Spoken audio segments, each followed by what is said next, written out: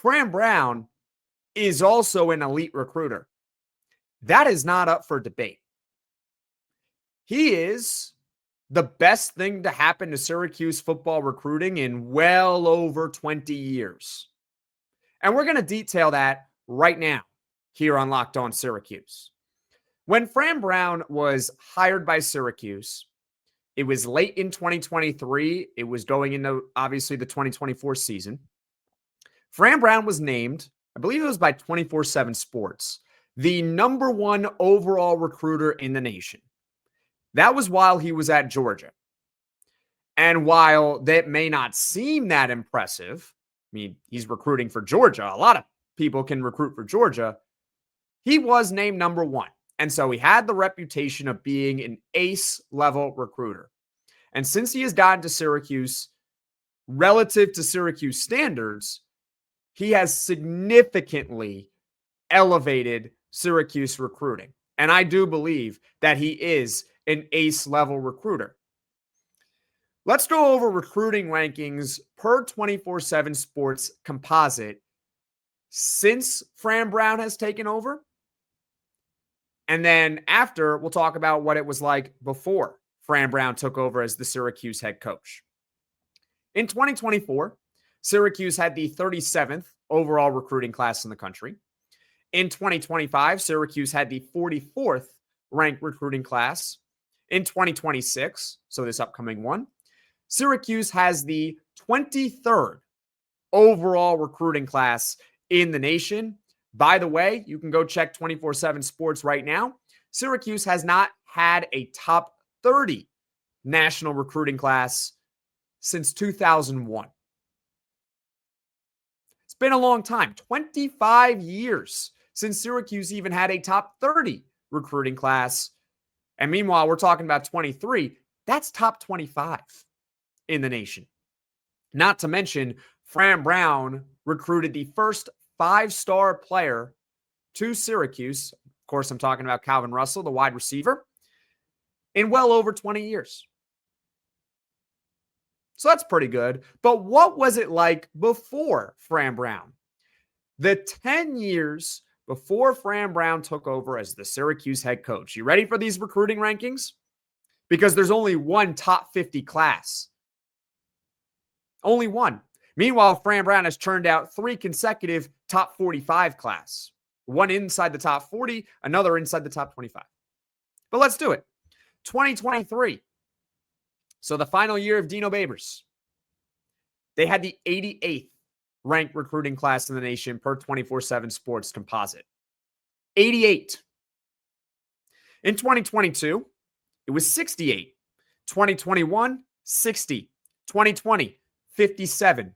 2019, 47. So there's your top 50 class right there. 2018, they came close at 51. 2017, 54. 2016, 62nd. 2015, 57th. And 2014, 52nd. Yeah, Fran Brown has significantly elevated Syracuse recruiting. And I think a lot of you needed a refresher on that because we've done podcasts before here on Locked On Syracuse detailing Fran Brown's recruiting and how he's elevated Syracuse recruiting overall. But we hadn't done it in a while. I just keep on mentioning that Fran Brown's an elite recruiter, but I haven't yet really shown my work. Well, this is me showing my work.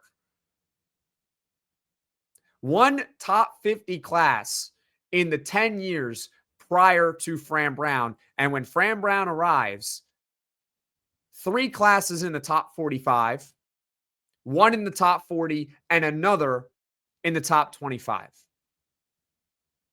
He's an elite recruiter. Let's talk about the transfer portal, because obviously the transfer portal is very important, and it is certainly an aspect of recruiting. And the portal era is still relatively new. Hasn't been around for very long where players can just come and go as they please. And by the way, I don't think that that's going to change. I don't see how many restrictions are going to come in place for the transfer portal as far as limiting players' ability to transfer. I can't see that happen. I think that can of worms has already been open. So How has Syracuse done with Fran Brown in the portal? Obviously, he's got some big wins. He's got some misses as well. But in general, I think he's done a very good job in the transfer portal. Obviously, he struck gold with Kyle McCord. We think we have something in Steve Angeli, at least for the next 2 years now, when he recovers from that torn Achilles. He got Fidel Diggs, Devin Grant, Deuce Chestnut, Chris Peel, Savion Washington, Jackson Meeks, Clarence Lewis. Many wins in the portal by Fran Brown. And I also believe that Jonte Cook could have been more than what he is right now had Steve Angeli remained healthy. There are not many receivers for Syracuse that are producing. That also goes with Justice Ross Simmons as well. When your quarterback can barely complete a forward pass. Sorry, that's the truth. And yeah, Ricky Collins, that was a big miss in the portal. And I think we'll do an episode later on or early in the offseason detailing exactly what went wrong for Syracuse at quarterback and the sequence of events that led to this happening, because I think it's very interesting. We have to rewind all the way to December of 2024 to figure out why Syracuse actually went out and got Ricky Collins, because it was a very weird time then. Just a spoiler alert for that episode. Remember when Kyle McCord was fighting for that 5th year of eligibility? I do think that that hurt Syracuse's ability to get a transfer portal quarterback in that December window. Now, obviously, it didn't hurt them in the spring to go out and get Steve Angeli, but one of the main reasons why Syracuse had to go with Ricky Collins, I believe, is because of the Kyle McCord situation. We'll detail it more, though, in a future episode of Locked On Syracuse. But I also want to bring this to your attention with Fran Brown. When he got the job at Syracuse, he kept most of the elite players, or I should say the good players at least, that were already on the team.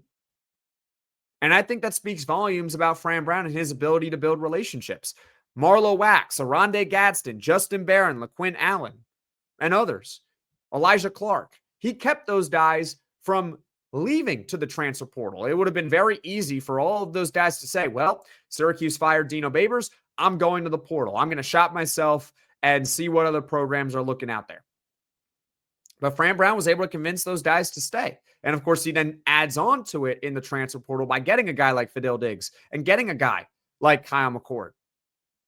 So Fran Brown overall has demonstrated at Syracuse in his limited time that he is the elite recruiter that we thought we were getting. Comment your thoughts in the comment section below. Are you with me that Fran Brown is an elite recruiter, or are you still not convinced? And I also want to make this distinction, because this is also very, very important. It is one thing to be an elite level recruiter, but you also do have to win games. And you also have to develop the players that you do end up recruiting. But that's why I separated this podcast so far into 2 different segments. The fact that Fran Brown does have a strong record when he has adequate quarterback play, and the fact that he does show an ability to recruit at a really high level for Syracuse standards. He's elevating Syracuse standards in recruiting now.